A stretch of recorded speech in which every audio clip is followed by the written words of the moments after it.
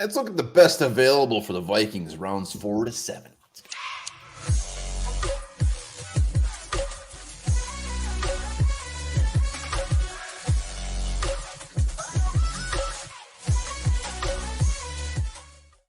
All right, happy last day of the draft, rounds 4 to 7.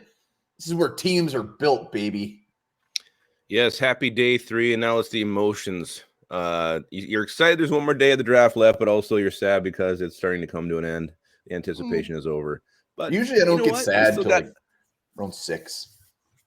We still got four or five picks left now after the trade. So a lot of new Vikings to be had and a lot of names out there. If you take just a quick overlook of this list, I mean, there's some guys in this list who are available on day 3 that early in the draft season we had pegged as first-round prospects. Because we're morons. Round 4, two round 5s, a round 6, and round 7. That's what we got left, courtesy of that San Francisco 49er trade. But let's go top available, and we'll run through this quick. Keely Ringo, he killed somebody. Why is he still on the board? I don't know. I think the one general thing we can say with some of these prospects are still there. Maybe there's a medical thing that was released at the combine that we don't know about, hasn't been released to the public yet. That could always be the concern. Other than that, I mean, Ringo's big thing was that he can't track the ball. You throw it up, he has no idea where it is. There's talk he could be converted to safety. I don't know if those are the things that's going on there. Other than that, it makes no sense to me to see this Georgia corner still on the board. Yeah, I mean, usually when a player like this starts falling, even in the round 4, I mean, they just keep falling. So it'd be very interesting to see. We wanted Ringo instead of Blackman. We'll see what happens. Maybe we'll still get him. You never know. There's definitely a chance the Vikings could double up here in corner. Oh, yeah, there's a lot of corners on this list. There's a lot of – I mean, I had to just start – I mean, I didn't even put Bennett on this list. There's a ton of – this could have been all corners. There's some damn good ones. But Adebawore, the other head scratcher, what the hell is this guy still doing there? Everyone had him as a fringe end of round 1 guy, and now he's still there. Again, I don't know here, other than maybe teams just don't know how to use him. He's undersized to be a D tackle. He's a little not tall enough to be an edge. Maybe teams just don't know where he fits in their defense, and that's why he's falling. Other than that, I have no idea. I mean, he blew up the combine. He's very aggressive. He can get to the passer.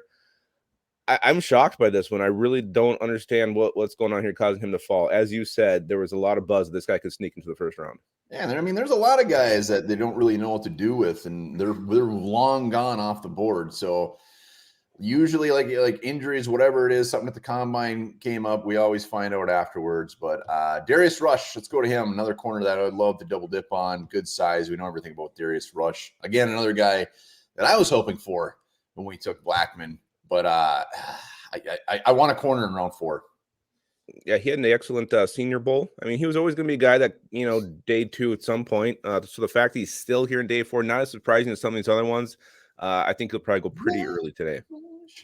Henry To'o, we want us a linebacker, and the linebackers are getting picked pretty damn clean, unlike Lupagus's undercarriage. So To'o, if you want a linebacker, it's like we got to do it quick. Yeah, I mean, this guy's steady, safe. You don't have to worry about a buzz factor here. He's a leader. He's battle-tested in the SEC. Maybe not as athletically gifted as some of the other linebackers who already went off the board. Maybe that's why he's still here. But you pair him next to Brian Asamoah for the future. I'm pretty happy with that. Yeah, I mean, other linebackers, Ivan Pace is there, Pepo, Sewell. But, we said it multiple times. Linebacker doesn't seem to be on Brian Flores' list when it comes to the draft. So we'll see. Nick Herbig, edge rusher. A position that I think is a dark horse that the Vikings could absolutely look at. Herbig, I think he was pretty much pegged as a 3rd rounder. Yeah, I mean, again, a guy that, okay, they still here in day 4, day 3, not overly shocked, but I mean, again, you mentioned an edge dark horse position for the Vikings to take. There's still other ones on the board here, so looking for that 4th round pick, what it could be. Don't be shocked if they call Nick Herbig out of Wisconsin.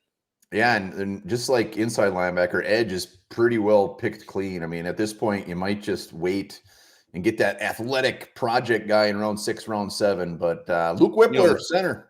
Like a Caleb Murphy? We get Caleb Murphy. I'm going to come on here. I'm going to be butt naked. I'm not going to say anything. I'm just going to sit here for 5 minutes. Well, how many views? Say thank you for joining me. Whippler, center. Do they even look at a center? Are they going to sniff around a center? But he's the best. He's the best left, and it sounds like a broken record here, but center, again, a position that there's not much left. Yeah, and I did a little research on Whippler last night, and turns out his comp is Garrett Bradbury, athletic center. Oh man, trade up for this guy now. We need him. We need him bad.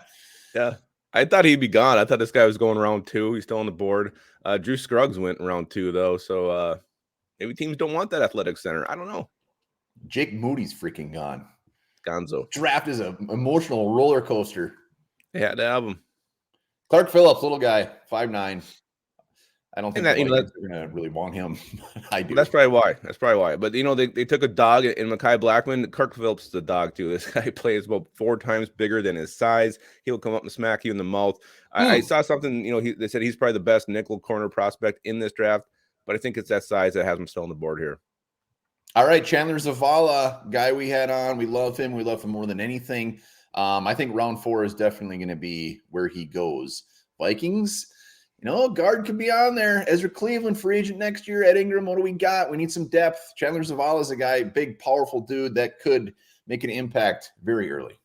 Yep. And, he was kind of these hot risers as the draft approached.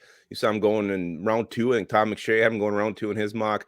We were getting excited because we wanted to have that second rounder as an interviewee. But you said it. I think he goes early today. I am surprised he's on the board after all the buzz that was building for him. But he's a powerful guard, maybe not as athletic as some of these other ones, but he will knock you on your ass. Ooh, speaking of knocking you on your ass, Corey Trice, another big corner. And I think when Blackman went, even though they're like Rush, Ringo over there, I think we thought that it was actually going to be Trice. Like deep down, we think it's going to be Trice. It wasn't. I had this gut feeling we're going to walk away with Corey Trice yesterday, which I would have thought would have been maybe a hair early, but he loved his size. I mean, this guy is huge. He'll come up and smack you in the mouth. He's got good ball skills, Everybody's good speed. Smack us in the mouth. I mean, this guy is really physical. I love him. I'm surprised, we didn't go that route just with his size, his height, but we'll see. You're right, though. I feel like we're going to double up in corner, so there's a good chance we can still get one of these guys. Yeah, dude's good in run support. I mean, watching his highlight, he's just a fun dude to watch. And we got to get a defensive lineman on here, but shit, we might have missed the boat on defensive line. I mean, there's a few other ones. Mauro Joma's a great option here. I mean, he can play inside, out. He's physical, can get some pressure on the quarterback too. So I do like Mauro Jomo. I think this is a great round to snap him up. But I know Jacalen Roy, I believe, is still out there. I think there's a couple others. I'm trying to brainstorm quick, but there is some options here in D-line. Colby Wooden, Roy is there. Mustipher, DJ Dale, some late round guys, but yeah. And honestly, we talked about the corners, but there's so many corners right now. I think I would prefer if we can get one of these D linemen here early. If a Jomo's on the board, if it's a Roy, someone like that, because I really want us to address this D line position before it gets too thin. Yeah, and there's tweeners too late. I mean, there's Carl Brooks, there's Mike Morris's. There's some players out there. We got to go D line eventually, but these are the guys we just kind of threw up there. The Vikings may look at. Let us know in the comments if any of these guys tickle your fancy. Who you hoping for, and how many beers are you gonna have today? Yeah, remember this. Ancient Egyptian tablets explain why people missed work 3,200 years ago. Common excuses for absences included brewing beer and his wife was bleeding. Oh.